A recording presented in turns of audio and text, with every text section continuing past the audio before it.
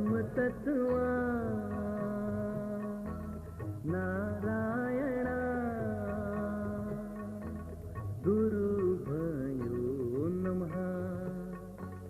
अखंड इसे पाठ करो, सदा दिन रात करो।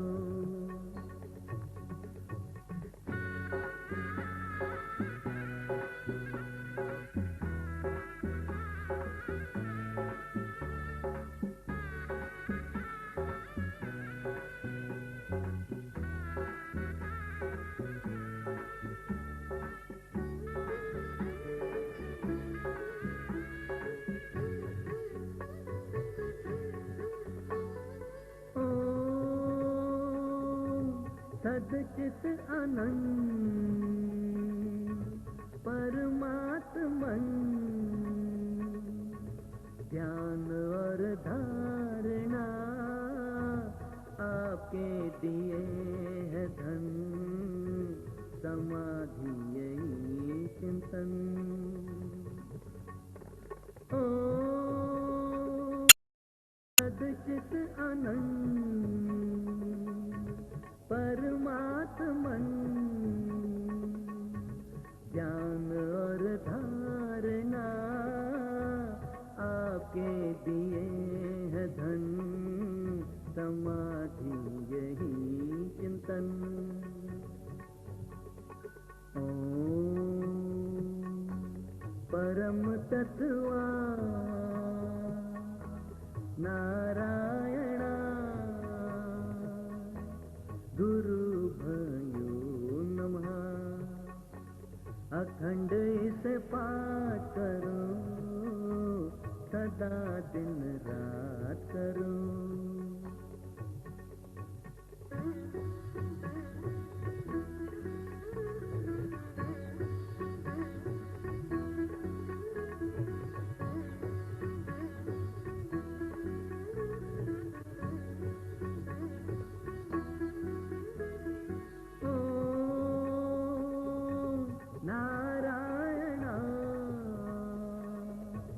सिद्धि वरदान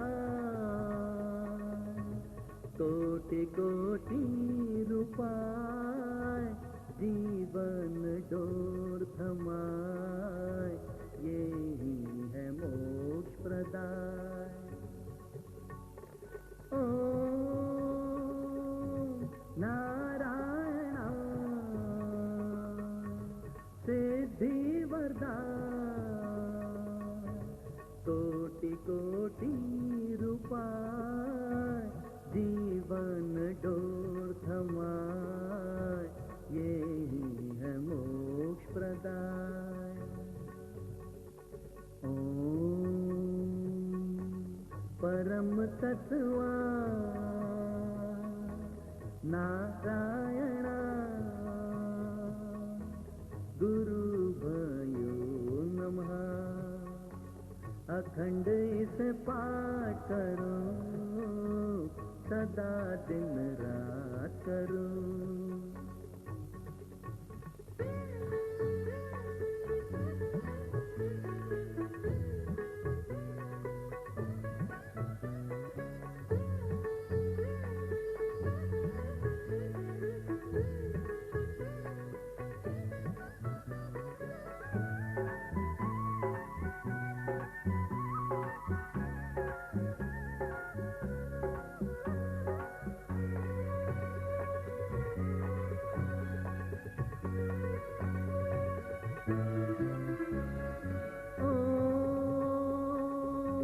निखिलेश्वरा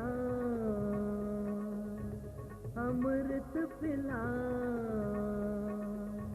कुंडलिनी जगाए, गुरुदेव हो कृपाय, गुरुवर नमो शिवाय।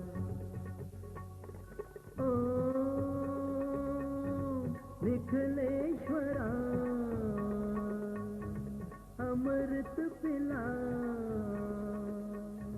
कुंडलिनी जगाए, गुरुदेव हो कृपाय, गुरुवर नमो शिवाय।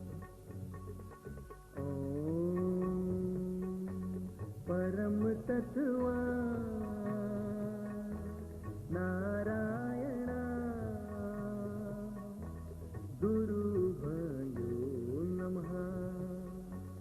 अखंड इसे पाठ करो, सदा दिन रात करो।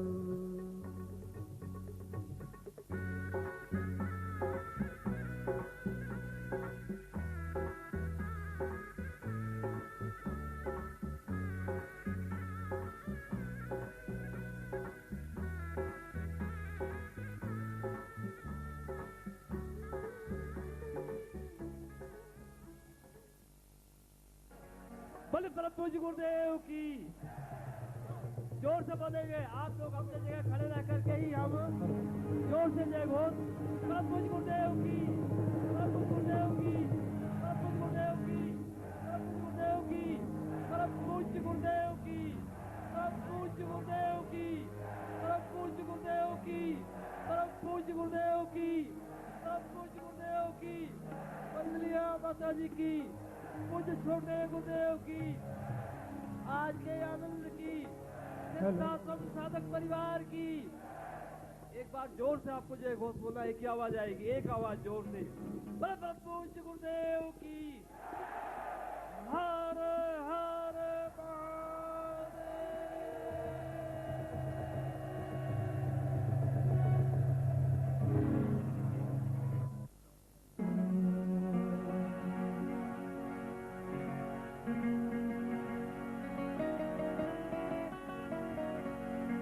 बोलिए पूज्य गुरुदेव की जय, पूजनीय माता जी की जय, पूज्य छोटे गुरुदेव की।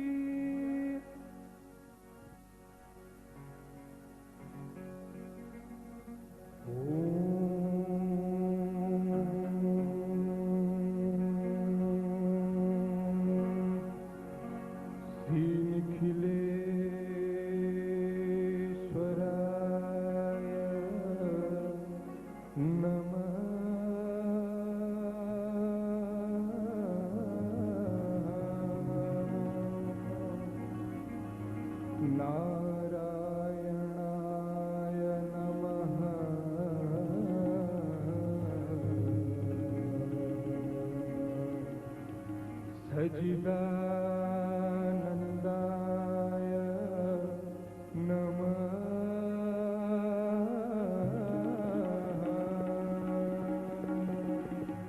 बोलिए पूज्य गुरुदेव की।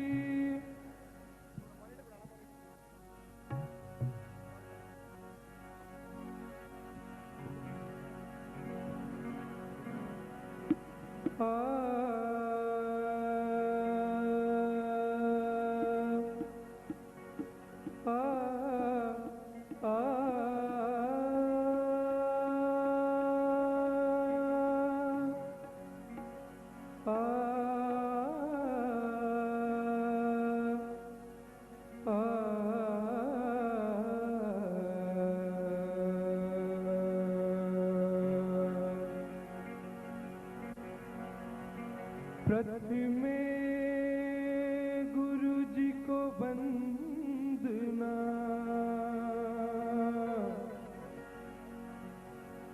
प्रतिमे गुरु जी को वंदना, ते द्वितीयाद गणेश, तृतीय सिमराना शारदा, मेरे कंठ करो परिवे। बोलिए पूज्य गुरुदेव की। नया साल शुरू हो चुका है और आप सभी लोग सबसे पहले तो गुरुदेव को वो मुबारकबाद देंगे और जोरों के साथ तालियों के साथ देते हुए, और हो सके तो दोनों हाथ खड़े करके क्या कहेंगे? तेरी रहमत की जो हो जाए जो नजर, तेरी रहमत की जो हो जाए जो नजर।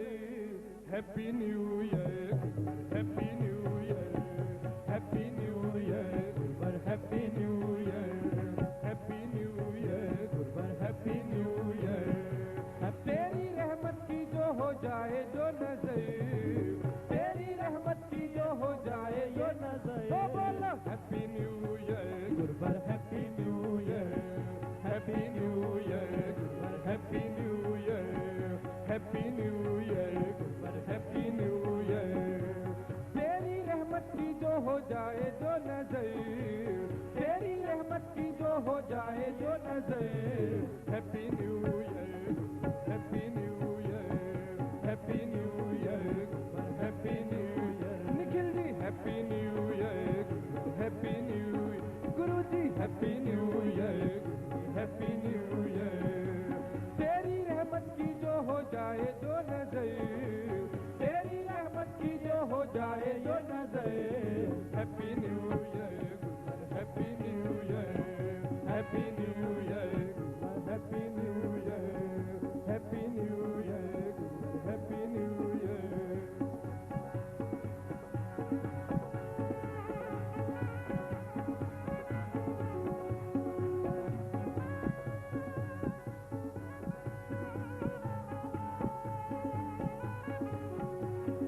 गुरुदेव को मुबारकबाद देनी होगी तो ताल कटोरा स्टेडियम की ये छत नहीं रहनी चाहिए, इतनी जोर से तालियों की गूंजरण हो। सभी लोग जोरों से तेरी रहमत की जो हो जाए जो नजर, तेरी रहमत की जो हो जाए जो नजर, ओ बोलो happy new year happy new year, happy new year happy new year, happy new year happy new year, happy new year happy new year. तेरी रहमत की जो हो जाए जो नजर, तेरी रहमत की जो हो जाए जो नजर, ओ बोलो happy new year happy new year, happy new year happy new year, happy new year happy new year.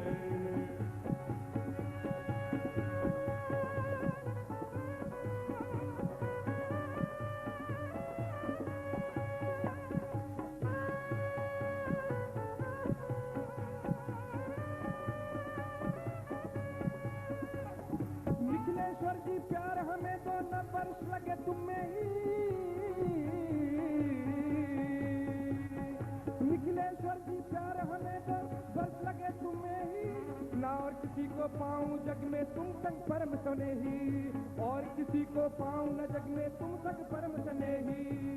सारा जीवन में प्रभु बारू तुम पर, सारा जीवन में प्रभु बारू तुम पर, ओ बोलो happy new year happy new year, happy new year happy, सारे बोलो happy new year happy new year. तेरी रहमत की जो हो जाए जो नजर, तेरी रहमत की जो हो जाए जो नजर, happy new year happy new year, happy new year happy new year, happy new year happy new year.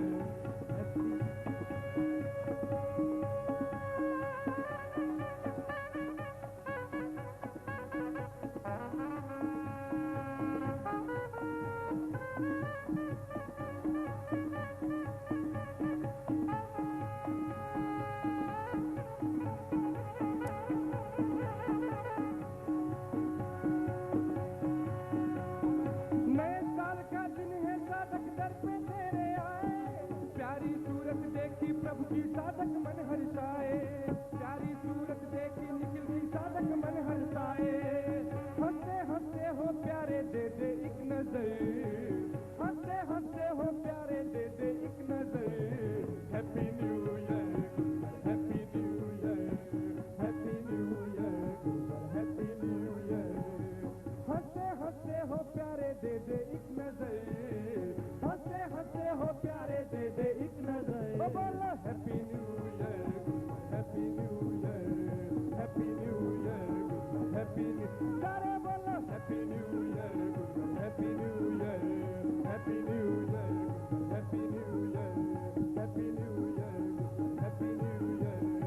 तेरे साधक को डर डर डर डर, सारा जीवन में प्रभु मारू तुम पर, Happy New Year, Happy New Year, Happy New Year, Happy New Year. तेरी रहमत की जो हो जाए जो नजर, तेरी रहमत की जो हो जाए जो नजर. Happy New Year, Happy New Year, Happy New Year, Happy New Year, Happy New Year, Happy New Year, Happy New Year, Happy New Year, Happy New Year, Happy New Year. हंसते हंसते हो प्यारे दे दे एक नजर, हंसते हंसते हो प्यारे दे दे एक नजर. Happy New Year, Happy New Year, Happy New Year, Happy New Year, Happy New Year, Happy New Year, Happy New Year, Happy New Year, Happy New Year, Happy New Year. अंत में सभी साधक अपने स्थान पे खड़े होके जोरों के साथ गुरुदेव को हैप्पी न्यू ईयर कहेंगे. सभी लोग डांस करते हुए जोरों के साथ happy new year, happy new year, happy new year. जोरों से happy new year, happy new year, happy new year, happy new year, happy new year, happy new year.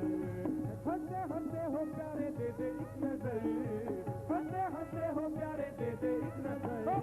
Happy new year, happy new year, happy new year, happy new year, happy new year, happy new happy new year, happy new year, happy new year, happy new year, happy new year, happy new year, happy new year, happy new year, happy new year, happy new year, happy new year, happy new year, happy new और Nikhil ji happy new year, happy new year, happy new year, happy new year, happy new year, happy new year. सभी साधक हाथ खड़े करके तालियां बजाएंगे. Happy new year, happy new year, happy new year, happy new year. तेरी रहमत की जो हो जाए जो नजर, तेरी रहमत की जो हो जाए जो नजर. Happy new year, happy new year, happy new year, happy new year, happy new year, happy new year, happy new year, happy new year, happy new year, happy new year, happy new year, happy new year.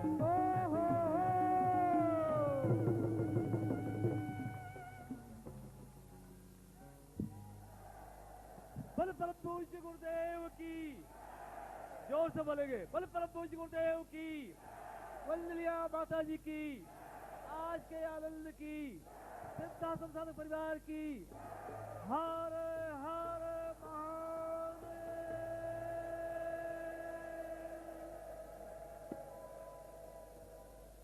बैठ जाए अपने स्थान पर.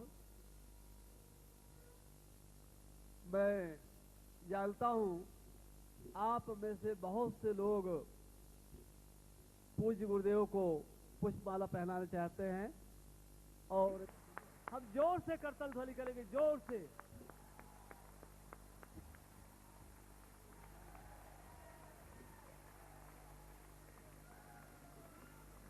ललिता जी कहाँ हैं? हाँ, दोनों एक साथ.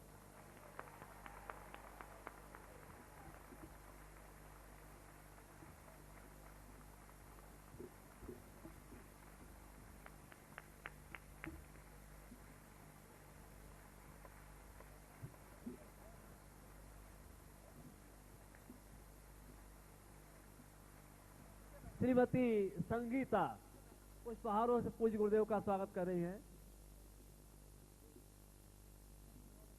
श्रीमती मंजू और श्रीमती मंजू के बाद श्रीमती संगीता.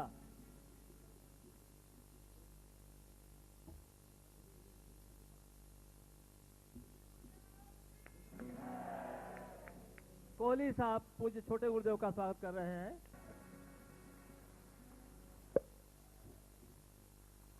मैं आपको एक बात बता दूं कि जब भी मैं दिल्ली में देखता हूं कोई भी आयोजन हो, ये तीनों परिवार, भाई सुरेंद्र गुप्ता, श्रीमती ललिता, मंजू बहन, श्रीमती संगीता, ये तीनों ही परिवार इस तरह कंधे से कंधा मिला करके कार्य करते हैं कि कई दफे तो मुझे ऐसा लगता है जैसे ये परिवार 3 अलग ना हो के एक ही परिवार है, शायद 3 in 1 है। और हमेशा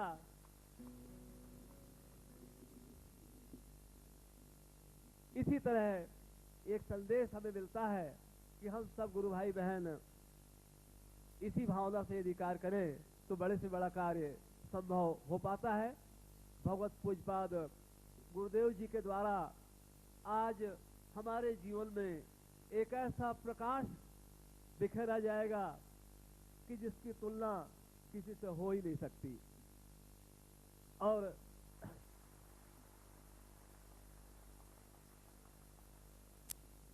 इसी क्रिया के प्रारंभ के लिए मैं उनके चरणों में ही निवेदन करता हूं कि वे दीप प्रज्वलन करके उस कार्यक्रम का प्रारंभ करें। और हमारे निवेदन करने का माध्यम केवल एक है, क्योंकि गुरु के चरणों के सामने कोई बड़ा छोटा नहीं होता। इसलिए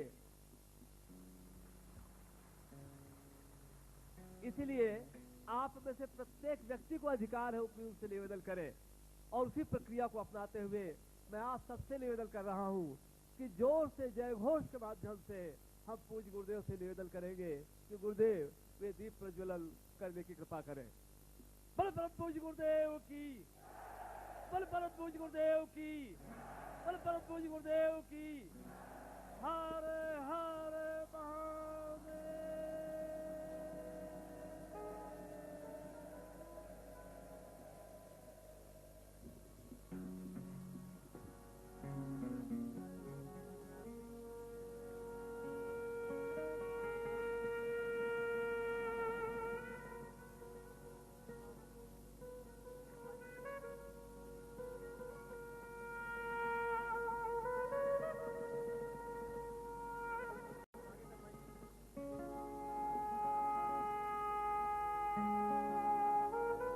आप लोग एकदम सावधान रहेंगे और पूरी तरह इस दृश्य को नेत्रों के माध्यम से अपने हृदय में स्थापित करेंगे।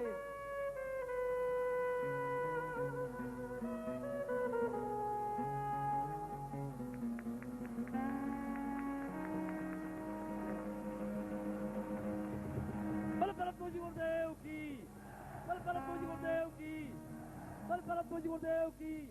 वंदनीय माता जी की, मुझ छोटे गुरुदेव की, सिद्धार्थ सारे परिवार की। हरे हरे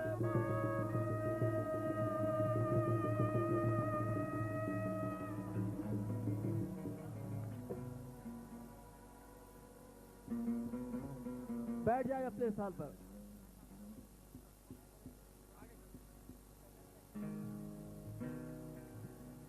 आप लोग सावधानी से बैठ जाएं, एकदम सावधान हो जाएं, क्योंकि एकदम अब दीक्षा का कार्यक्रम प्रारंभ किया जा रहा है। कि प्राप्त कर रहे हैं केवल वे ही नहीं, भगवत पूज्यपाद गुरुदेव जी के मुख कमल से उच्चरित मंत्र हम सबके कालों में आज के दिन 1997 के दिन उनकी वाणी पहली बार जा रही है, ये मत भूलना भी। और इसीलिए प्रत्येक व्यक्ति को उन मंत्रों को आत्मसात करना है। बल परम पूज्य गुरुदेव की, परम पूज्य गुरुदेव की, वंदनीय माता जी की, पूज्य छोटे गुरुदेव की, सिद्धार्थ साधक परिवार की। हर हर महादेव।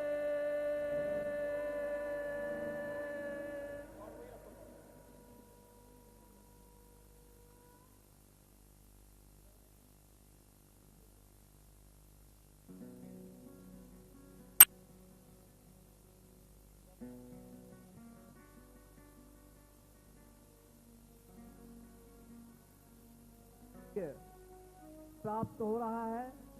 और यदि भगवत पूज्यपाद गुरुदेव जी के शब्दों को ही मैं आपको याद दिलाऊं तो यह वह दीक्षा है जो भगवत पूज्यपाद शंकराचार्य भी प्राप्त नहीं कर पाए थे।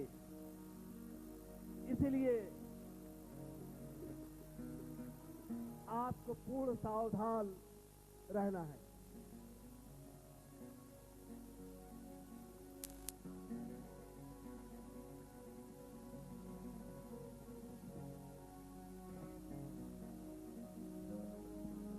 पहले गुरु दीक्षा और विशेष दीक्षा।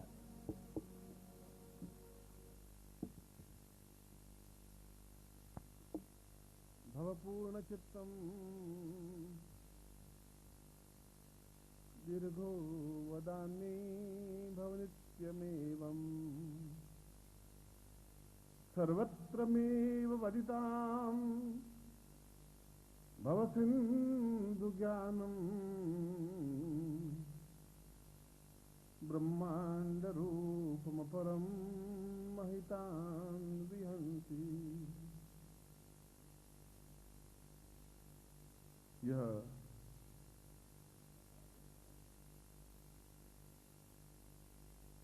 नववर्ष वह चाहे विक्रमी संवत हो, चाहे ईस्वी सन हो, वह चाहे हिजरी संवत हो, चाहे कोई हो, संवत का मतलब होता है कि जहां गुरु और शिष्य का मिलन होता है उसको संवत कहते हैं।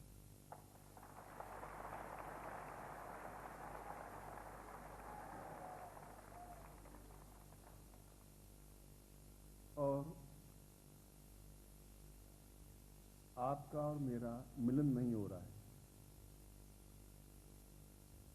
आपका और मेरे प्राणों का आपस में पूर्णतः एक संचार हो रहा है, पूर्णतः संगोपन हो रहा है, पूर्णतः एकाकार हो रहा है।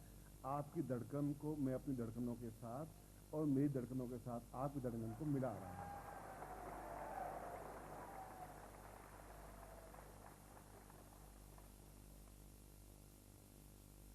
आज से कई हजार वर्षों से पहले इसी प्रकार से, इसी क्रियाओं से नव वर्ष का स्वागत किया जाता था, इसलिए कि यदि गुरु प्रचंड है, तेज है, तीक्ष्ण है, क्षमता है, प्राणवान है, ऊर्जावान है, स्फूर्तिवान है, और यदि शिष्य पूर्णतः शिष्य है, और शिष्य उसको कहते हैं कि जिस समय वह गुरु के पास रहे उस समय वह न वकील है, न वो जज है, न वो मजिस्ट्रेट है, न वो व्यापारी है, न वो बिजनेसमैन है, न सवरी पेशा है, वह कुछ नहीं है। वह केवल एक अपने आप में नन्हा शिशु है या मिट्टी का एक लौंडा है, अपने आप में अज्ञानी प्राणी है। वह अपने आप को पूर्ण समर्पित भाव से गुरु के चरणों में बैठा है, उसको शिष्य कहते हैं।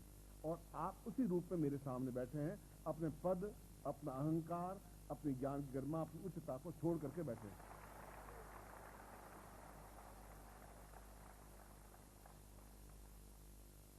और मैंने पिछले वर्ष 1 जनवरी को राजयोग दीक्षा दी थी।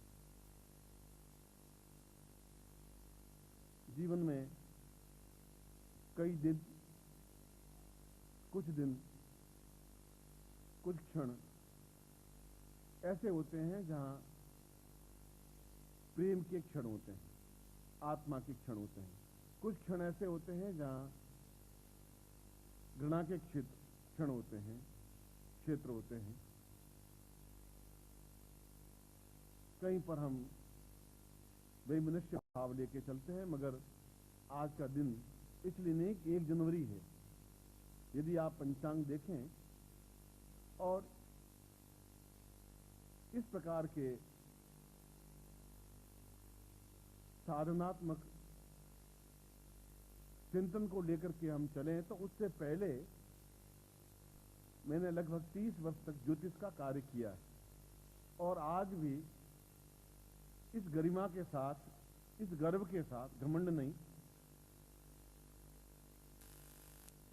मैं कह सकता हूं कि आज भी पूरा भारतवर्ष यदि ज्योतिष का कोई सूत्र मैं नया निकालता हूं तो वह उसको एक ऑथेंटिक मानते हैं कि यह सूत्र अपने आप में पूर्ण व्याख्या सहित है, पूर्ण प्रामाणिक है। इस बात को पूरा भारतवर्ष मानता है।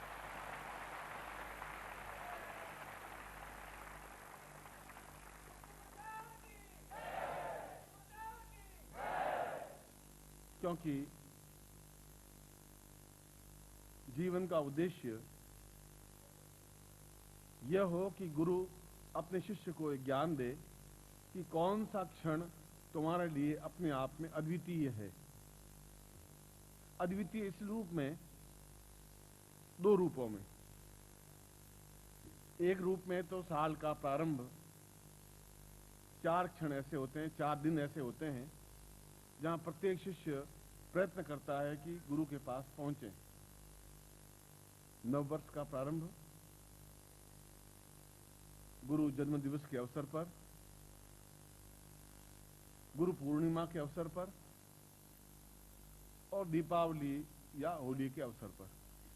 उस समय तो हम साल में 4 दिन तो ऐसे हों ही जब पूरे भारतवर्ष के शिष्य अपने गुरु के पास पहुंचते थे और उनसे नवीन ऊर्जा, नवीन ताकत, नवीन साहस, नवीन क्षमता, नवीन साधना प्रयोग लेते थे और जीवन में सफलता प्राप्त करते थे।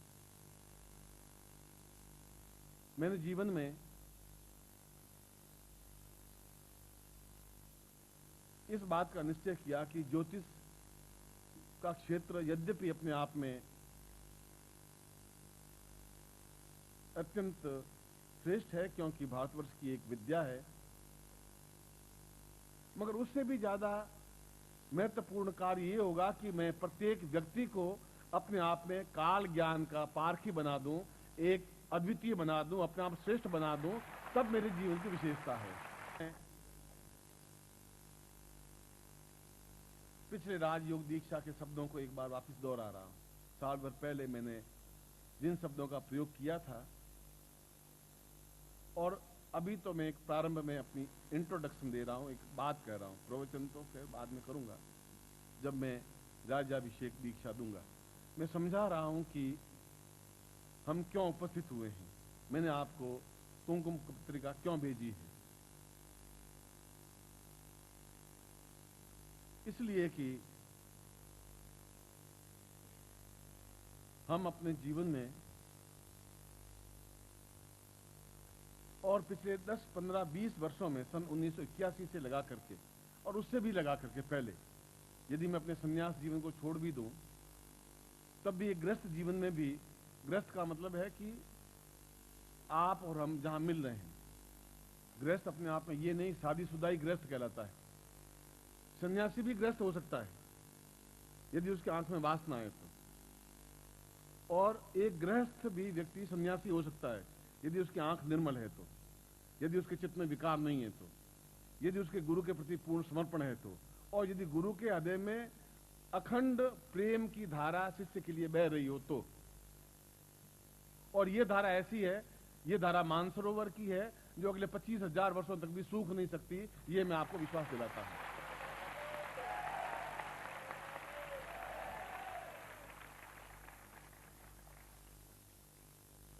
इसलिए मैं इस बात में विश्वास कम करता हूं कि अपने पोस्ट और पैम्पलेट पूरे दिल्ली में और पूरे भारतवर्ष में छपाऊं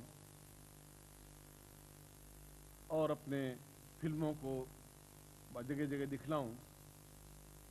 शुरू से ही मेरा चिंतन ये रहा है कि जो कुछ सही है वह कुछ सही है ही, क्योंकि जिंदगी का बहुत बड़ा टाइम मैंने इस संसार में किसी ग्रह से मैं आया था, अब पृथ्वी ग्रह पर हूं, और उसके बाद जब मेरा काम समाप्त हो जाएगा तो फिर मैं किसी और ग्रह पर चला जाऊंगा।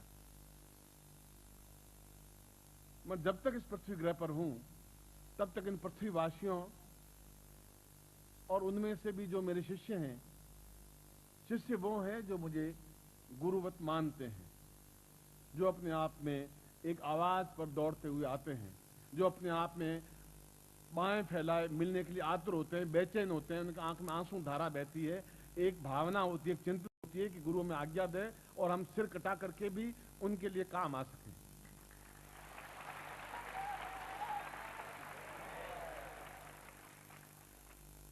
न आपका मुझे सिर चाहिए, न आपसे मुझे और किसी प्रकार की इच्छा, लालसा, तृष्णा कुछ नहीं है, प्रारंभ में ही नहीं थी। मध्यकाल में भी नहीं थी, अब भी नहीं है। केवल एक है कि आपके मेरे बीच में एक धागा है, वह प्रेम का धागा है, और वह प्रेम का धागा इतना अटूट होता है जो पति पत्नी के बीच भी नहीं हो सकता, पिता पुत्र में भी नहीं हो सकता।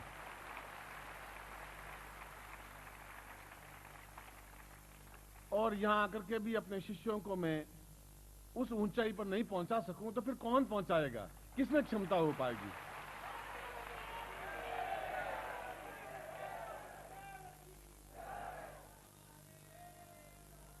मैं उन योगियों को, सन्यासियों को मैं अपने पूरे जीवन का अगर इतिहास टटोलूं, अपने जीवन के पन्नों को पलटूं, प्रारंभ से लगा करके आज तक, तो मैं जीवन में अध्यापक भी रहा, सीनियर टीचर भी रहा, यूनिवर्सिटी में लेक्चरर भी रहा, प्रोफेसर भी रहा, हेड द डिपार्टमेंट भी रहा, ज्योतिषी भी रहा, सन्यासी भी रहा, और अत्यंत उच्च कोटि का एक आयुर्वेदज्ञ भी रहा, जिसको वैद्य कहते हैं। उच्च कोटि का इसलिए कि उस सन्यासी समय में गांव के लोग, जहां पर भी मैं विचरण करता था, लोग कहते हैं कि मरता हुआ आदमी की एक सांस भी बाकी हो और यदि वह निखिलेश्वरानंद के आश्रम तक पहुंच जाए तो मर नहीं सकता।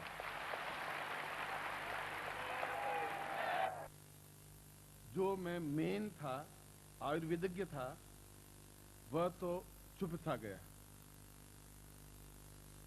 और मंत्र ज्ञाता के रूप में ज्यादा प्रचलित हो गया, जबकि मैं इससे करोड़ गुना ज्यादा उस वैद्य के क्षेत्र में, रसायन के क्षेत्र में, उस पार्थ विज्ञान के क्षेत्र में आज भी पूरे भारतवर्ष में कोई टक्कर लेने वाला नहीं है कि ऐसी कुछ बात बता सके।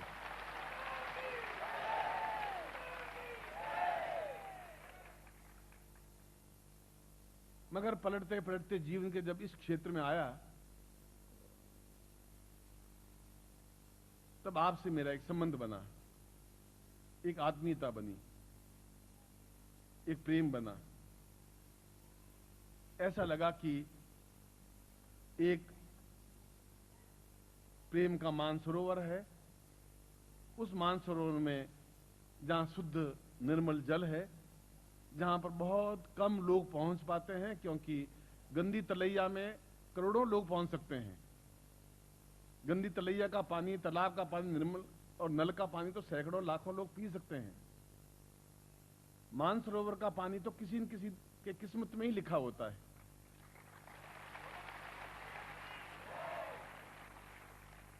उस मानसरोवर में एक प्रेम के जहाज पर अपने शिष्यों को बिठाकर और अपने को बिठाकर जीवन का जो भी क्षण बचा है वह उनके साथ व्यतीत कर दूं, यही भावना मुख्य रही, यही भावना प्रधान रही, यही चिंतन मिल रहा है।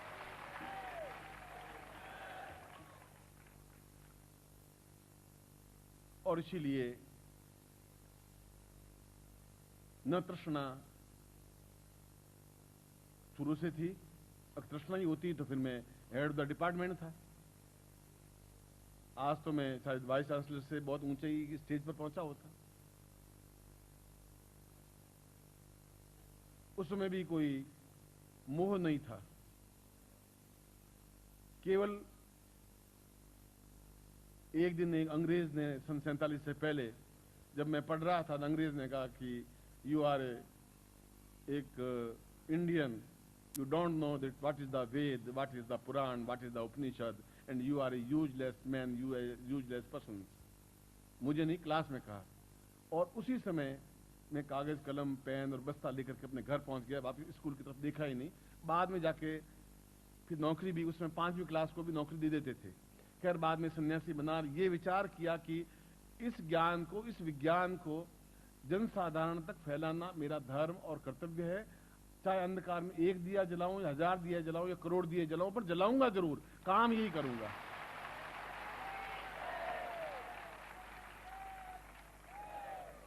और आज भी आप देखेंगे तो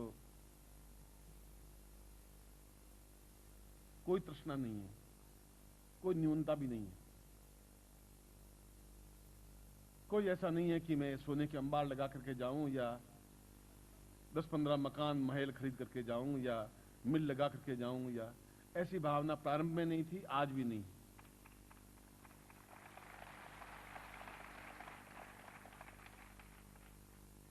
जो मेरे घर में रहते हैं और जो ऊपर जो खाना बनाते हैं, वो खाना बनाने वाला आज 15 साल से वही व्यक्ति मेरे लिए खाना बनाता है। 15 साल से वही व्यक्ति।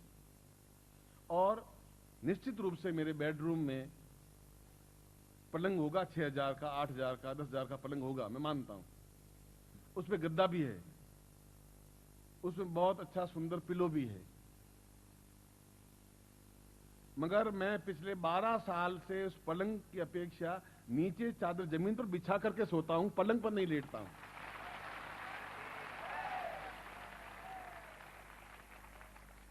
न यहां पर न जोधपुर में। और वो कहते हैं कि आप ऐसा क्यों करते हैं? मैंने कहा ऐसा क्यों करता हूं, यह एक रहस्य है, यह एक जीवन का मर्म है। पुत्र भी कहते हैं और जो देखता बहू हैं वो भी कभी कभी हंसती हैं कि ये क्यों 10-15 साल से ऐसा क्यों कर रहे हैं। एक राजा था और पुराने जमाने में एक राजा ने घोषणा कर दी कि मैं अब संन्यास लूंगा, मेरे पुत्र कोई नहीं है, कल सुबह प्रातः काल जो भी पहला इस शहर में प्रवेश करेगा उसको मैं राज्य गद्दी सौंप दूंगा। ऐसा कभी कभी पहले लोग मन में चिंतन करते थे, आज भी करते हैं। शिष्य कहते हैं कि नया साल गुरुदेव के साथ मनाएंगे, यह बहुत अच्छा घी है, असली घी है, यह गुरुदेव को खिलाऊंगा, यह उनकी भावना होती है। अब गुरुदेव खाएं नहीं खाएं, मगर उनकी भावना ये रहती है। वो राजा बन गया, बिल्कुल एक फटे हाल, सूखा हुआ शरीर, हड्डियां निकली हुई, कपड़े फटे हुए, धोती फटी हुई, बिखरे हुए बाल।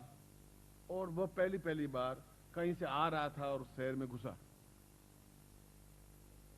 राजा ने मुनादी करवा रखी थी, जो भी घुसे गेट, क्योंकि पहले बड़े शहर देखे होंगे आपने, तो गेट होते थे, उन गेट के बंद करते ही पूरा शहर अंदर बंद हो जाता था, क्योंकि शत्रुओं का आक्रमण होता था। ये मैं आज से 1000 साल पहले की घटना सुना रहा हूं।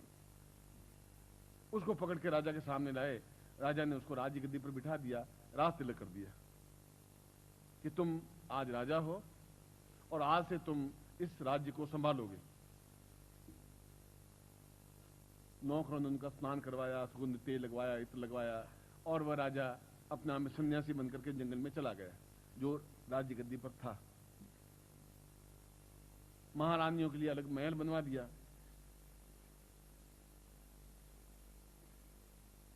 एक अच्छी राजकुमारी थी, उसके साथ, अपनी लड़की के साथ उस फकीर का, उस व्यक्ति का, उस निर्धन व्यक्ति का शादी कर दी।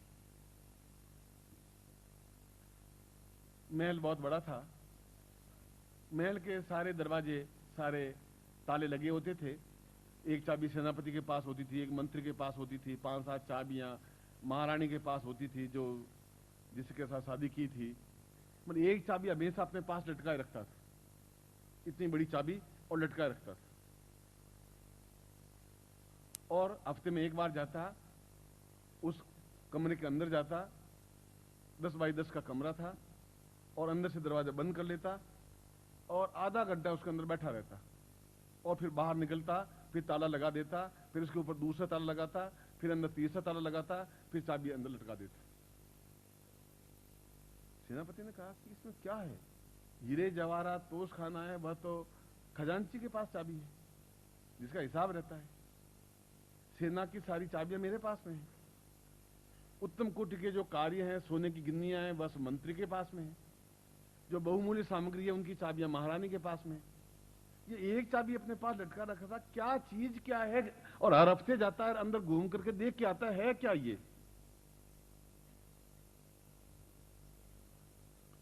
मंत्री ने पूछा कि महाराज इस कमरे में क्या है? उसने कहा कि इसका जवाब तुम्हें मैं नहीं दूंगा, दे भी नहीं सकता, आइंदा से पूछना भी मत। अब उसको और कुतूहल हुआ कि ऐसा क्या है, पूछना ही मत। और 10 बाई 10 कमरे में आ क्या सकता है? इससे ज्यादा हीरे जवाहरात तो तोश खाने में, खजाने में है। इससे ज्यादा माणिक्य मोती तो खजाने में है, अरबों रुपए की गिन्नियां तो वहां है। फिर इस कमरे में ऐसा क्या चीज है, क्यों ये ताला चाबी लटका रखता है? सेनापति ने कहा कि महाराज सब दरबारियों में और उच्च कोटि के श्रीमंत वर्गों में बड़ा कौतूहल हो रहा है कि आप हर हफ्ते जाते हैं और ताला लगा करके वापस आ जाते हैं और अंदर 15-20 मिनट रहते हैं, और जिस कपड़ों में जाते हैं उसी कपड़ों में वापस आ जाते हैं। न कपड़े ड्रेस चेंज करते हैं, न कोई मुंह धोते हैं, न कोई केस संवारते हैं। जैसे जाते हैं मुकुट पहने वैसे मुकुट पहन के बाहर आ जाते हैं और बताते नहीं। आप मुझे बताएं तो सही अंदर क्या है। उनका सेनापति ये एक लास्ट बात सुना दिया, अंतिम बात तुम्हें मैं सेनापति पद से मुक्त कर दूंगा ये तुमने ये पूछा कि इसके अंदर क्या है। ये तो एक अजीब सा राजा है, अंदर क्या है कुछ पता ही नहीं। आखिर सब लोग महारानी के पास गए कि तुम कुछ प्रेस करो, कुछ दबाव डालो, कुछ कहो। राजा लोग बताए से इसमें अंदर है क्या, एकदम से कुछ तो पता पड़े। जरूर कोई बहुत बड़ा खजाना होगा, बहुत बड़ी चीज होगी, पर ऊंचे से ऊंचा हीरा तो जो कम से कम 50 करोड़ का 50 कैरेट का हीरा तो तोश खाने में, बहुत बड़े बड़े माणिक्य के हार तोश खाने में, अरबों अरबों रुपए के खजाने सोने की गिन्नियां तोश खाने में पड़ी हैं, जिनका हिसाब खजांची के पास है। इसमें ऐसी क्या चीज है? मान का चिंता मत करो, मैं मालूम करती हूं। मारे ने कहा कि ये खाना खिला रही थी, पंखा जल रही थी, कि आपसे एक सवाल पूछूं। आप मेरे पति हैं, उस कमरे में आप जाते हैं 20-25 मिनट के लिए, वापस बाहर आ जाते हैं और अंदर से भी दरवाजे बंद कर लेते हैं, बाहर आके 3-3 ताले लगाते हैं 2-2 किलो के, और चाबी 24 घंटे रात को सोते समय भी लटकाए रखते हैं, स्नान करते समय भी लटकाए रखते हैं। क्या है उसमें? उनका महारानी कोई ऐसी चीज है मैं तुम्हें बता नहीं सकता। तो क्या है, आप क्या नहीं बता सकते? मुझे सब कुछ मालूम है, क्योंकि मैं राजा की पुत्री रही हूं, उनकी तुम रही होगी, मगर जो नहीं बता सकता नहीं बता सकता। 2 बार पूछा, 3 बार पूछा, हर हफ्ते पूछा, कभी श्रृंगार करके पूछा, कभी गुस्सा करके पूछा। जो स्त्रियां जिस ढंग से भी पति से बात उगलवा सकती हैं वैसे कोशिश करके पूछा। पति भी पक्का जिद्दी की नहीं बताना तो नहीं बताना। और वो तिरिया अठ और बाल अठ तो प्रसिद्ध हैं, उनको तो कोई भगवान भी पार पा नहीं सकता। अगर नारी अठ कर ले तो आदमी करेगा क्या, और कोई बालक हट कर ले। अकबर ने एक बार पूछा कि बीरबल हट कौन से प्रसिद्ध हैं, कि महाराज 4 हट प्रसिद्ध हैं, बाल हट, तिरिया हट, राजा हट और सन्यासी हट। सन्यासी जो चाहेगा वही करेगा, दुनिया की परवाह नहीं करेगा। राजा जो चाहे वह करेगा, छोड़ेगा ही नहीं। इस लड़की शादी करना है उस लड़की शादी कर लेगा, युद्ध करना है कर लेगा। और तिरिया हट और बाल हट, इनका बाल हट क्या होता है? तिरिया हट तो हो सकती है, कल एक बालक को लाओ, कैसा हट कर सकता है? मैं हट खत्म कर दूंगा, जो मांगेगा वो दे दूंगा। वो क्या, फूल, ये ले फूल ले, सोना, ये सोना ले ले, हीरों का हार, ये हीरों का हार ले ले, मिठाई, ये मिठाई ले ले, जो मैं कल ले आऊंगा। दूसरे दिन एक बालक को लेके आया अकबर के सामने। आप आवाज नहीं करें कृपया, थोड़ा शांत रखें, और मां को दे दें तो वो शांत हो जाएगा। इसी को बालट कहते हैं।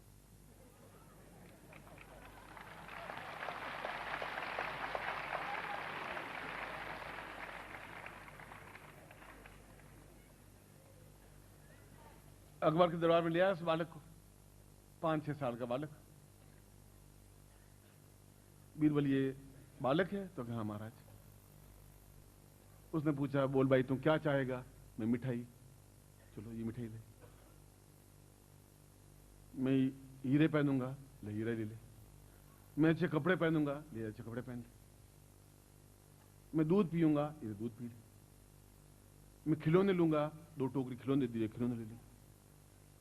एक खाली बोतल लूंगा, ये खाली बोतल ले ले। मैं हाथी लूंगा, ये हाथी मंगा के दरबार में खड़ा कर दिया, हाथी ले ले। आप इस हाथी को इस बोतल में डालिए। अब उसने कहा हाथी बोतल में कैसे, नहीं हाथी को बोतल में डालिए। उसने कहा हाथी बोतल में नहीं जा सकता, नहीं हाथी में बोतल डालिए।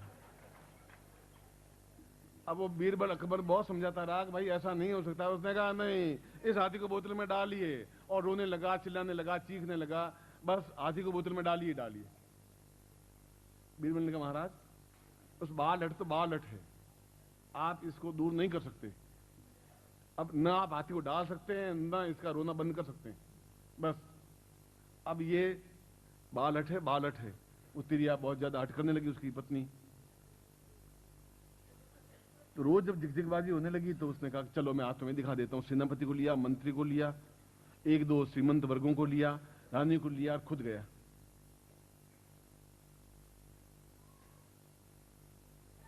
और जाकर के उसने दरवाजा एक ताला खोला, दूसरा ताला खोला, तीसरा ताला खोला। लोगों ने कौतूहल से सेनापति, मंत्री, महारानी और श्रीमंत वर्ग का मतलब जो उच्च कोटि के जो नगर श्रेष्ठ थे 5-7, वो सोचा कि क्या है आज, कुछ अद्भुत देखने को मिलेगा। कमरा खोला तो कमरा खाली था। एक खूंटी पर फटी हुई धोती लटकी हुई थी, एक खूंटी पर फटा हुआ कुर्ता लटका हुआ था और कुछ था ही नहीं। बस उसने घूम के देखा कि इसमें तो कुछ है ही नहीं। उसके महाराज जी कुछ है ही नहीं, इसके लिए आपने 3-3 ताले काहे के लगाए थे? उसने कहा मैं ताले इसलिए लगाए थे कि मैं थोड़ा सा भी जब घमंड आता है तो इस कमरे में आ जाता हूं 20 मिनट के लिए और ये एहसास करता हूं तो इस जगह खड़ा था, ये पहने हुए आया था, आज सिंहासन पर बैठा है, वापस इस जगह पर जा सकता है। इसलिए घमंड करने से कोई फायदा नहीं होगा, ये ध्यान रखें।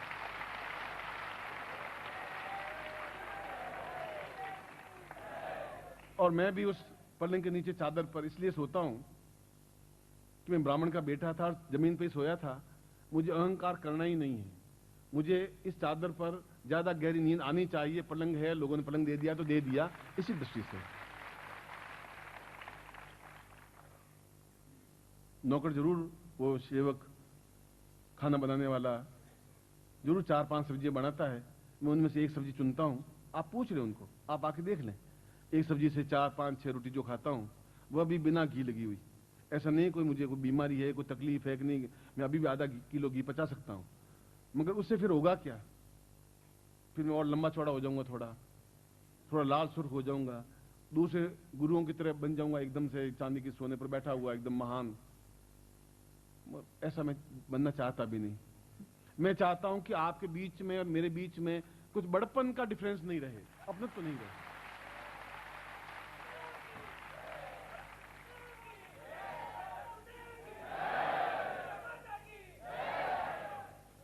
और इसीलिए यह एक परंपरा शुरू की, मंत्रों की, तंत्र की, योग की, दर्शन की, मीमांसा की, उन ग्रंथों में कुंडलिनी की, सहस्रार जागरण की, काल ज्ञान की। और इस रास्ते में, इस 20 साल के रास्ते में करोड़ों कांटे चुभे, सैकड़ों लोगों ने चाकू मारे, लहूलुहान किया, गालियां दी, टॉन्टिंग किए।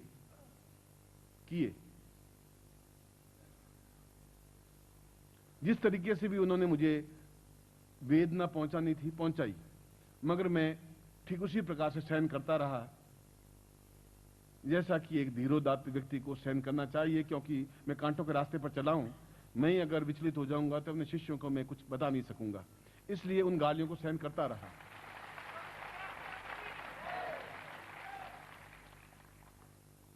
आज भी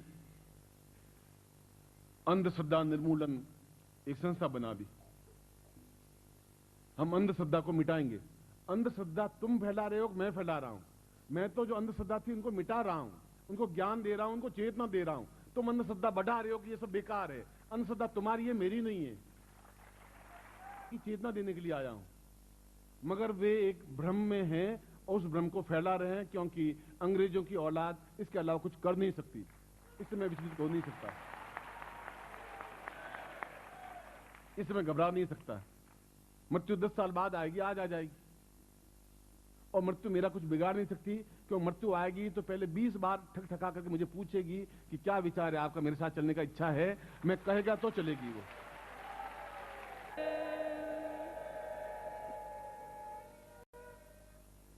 जिनकी भी मैंने आंखें खोली ज्ञान के चेतना के माध्यम से कि ये मंत्र है, ये ज्ञान है, ये कुंडली जागरण है, ये हमारे पूर्वजों का ज्ञान है, ये 25,000 वर्षों का ज्ञान है। 25,000 वर्षों से हमारे पूर्वज करते आ रहे हैं, वो पागल नहीं थे। मैं इनको ज्ञान दिया, उनकी आंखें खोली, वे उनकी आंखें बंद करने पर तुले हुए हैं कि ये सब ढोंग है, ये सब पाखंड है, मंत्र कुछ नहीं होता, तंत्र कुछ नहीं होता, माँ कुछ नहीं होती, बाप कुछ नहीं होता, हम ही सब कुछ हैं। अगर वह सब कुछ है तो मैं सोचता हूं कि इससे बड़ा अंधकार इस संसार में कुछ नहीं आ सकता, और मैं उस अंधकार को मिटा करके लाखों लाखों दीपक और सूर्य पैदा कर रहा हूं। इससे अंधकार आ नहीं सकता, आएगा ही नहीं, ये गारंटी है।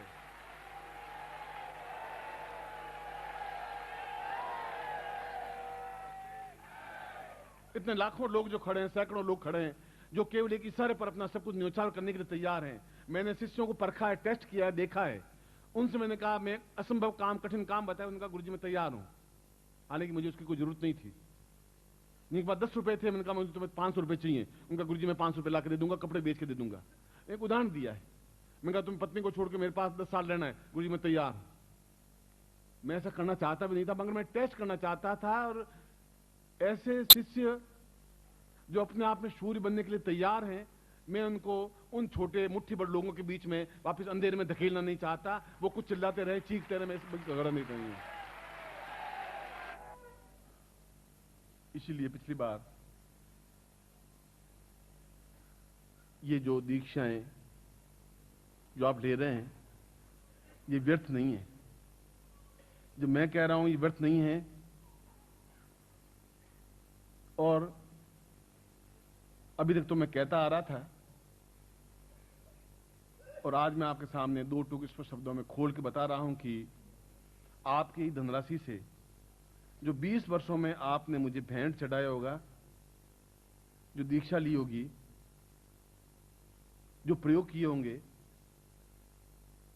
उन प्रयोगों में जो सामग्री लगी वो मेरे पैसों से लगी है। आपको और साफ सुन लीजिए पहले, उसमें चाहे यंत्र बना हो चाहे माला बना हो, मगर उस पैसे को इकट्ठा करके दिल्ली में करीब 3-4 करोड़ की जमीन सरकार से इसलिए खरीदी कि मैं उच्च कोटि का अस्पताल बना सकूं शिष्यों के पैसों से, इसलिए मैंने बनाया।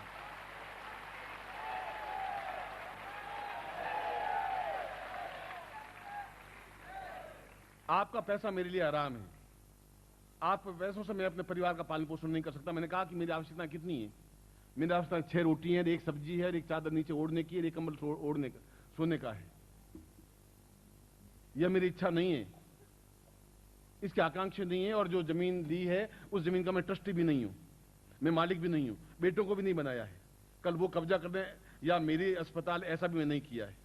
मेरे शिष्यों का धनराशि है, उसकी मैं रखवाला हूं, उनका ट्रस्टी हूं, ध्यान रखने वाला हूं, वो दुरुपयोग नहीं हो, इसलिए मैं खड़ा हूं वहां पर।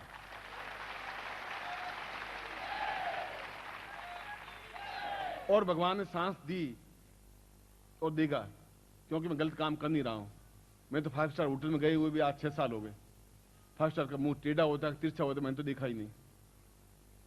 और 5 सब्जियों से खाने से अंदर एकदम से कुछ अमृत बन जाता है, ऐसा भी मैंने तो जो भी खाया उसका मल बना, मैं तो ये देखा है। चाहे 5 सब्जियां खाई चाहे मिठाई खाई, वो तो मल ही बनना है।